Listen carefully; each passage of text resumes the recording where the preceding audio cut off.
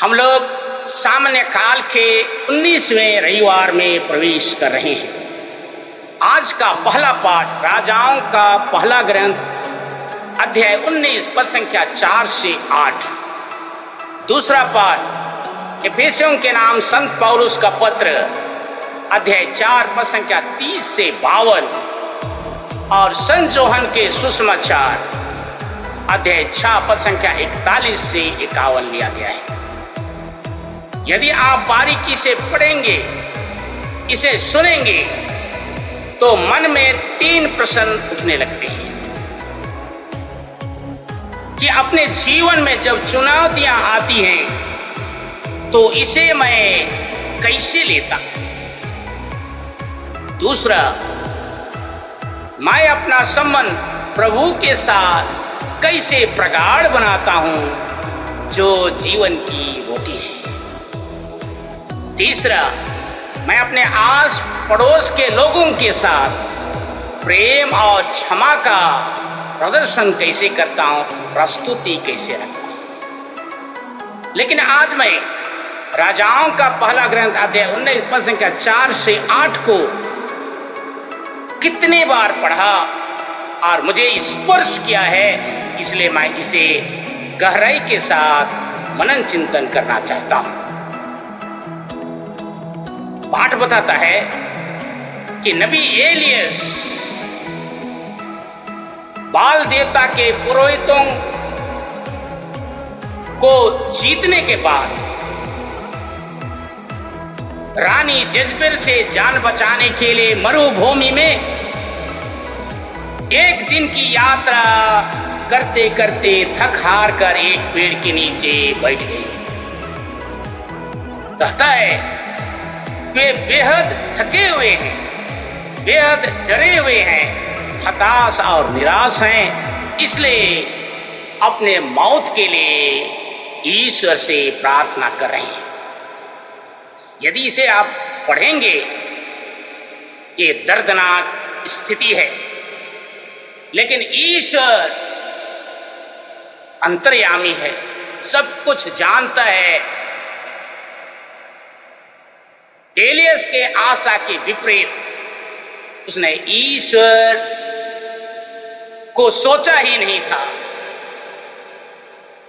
ईश्वर ने स्वर्गदूतों को भेजा।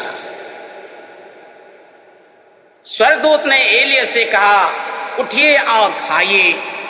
जब वह उठा, सिराहने में पकी हुई रोटी और पानी का सुराही रखा हुआ था।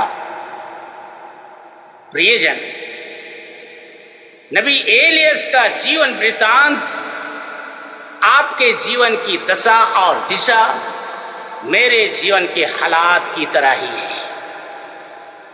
देखिए, नबी एलियस थके हुए हैं, मरने पर हैं और अपने मौत के लिए प्रार्थना कर रहे हैं।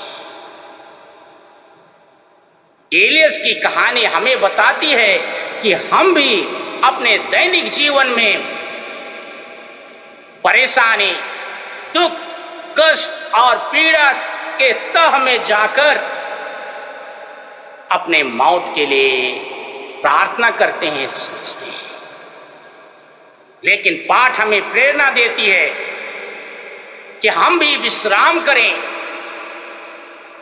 सप्ताह में कम से कम 1 या 2 बार या कम से कम रविवार के दिन विनती, प्रार्थना, मनन चिंतन और मिस्सा बलिदान में भाग लेकर स्वयं को रिचार्ज करें और ईश्वर पर विश्वास जारी रखें।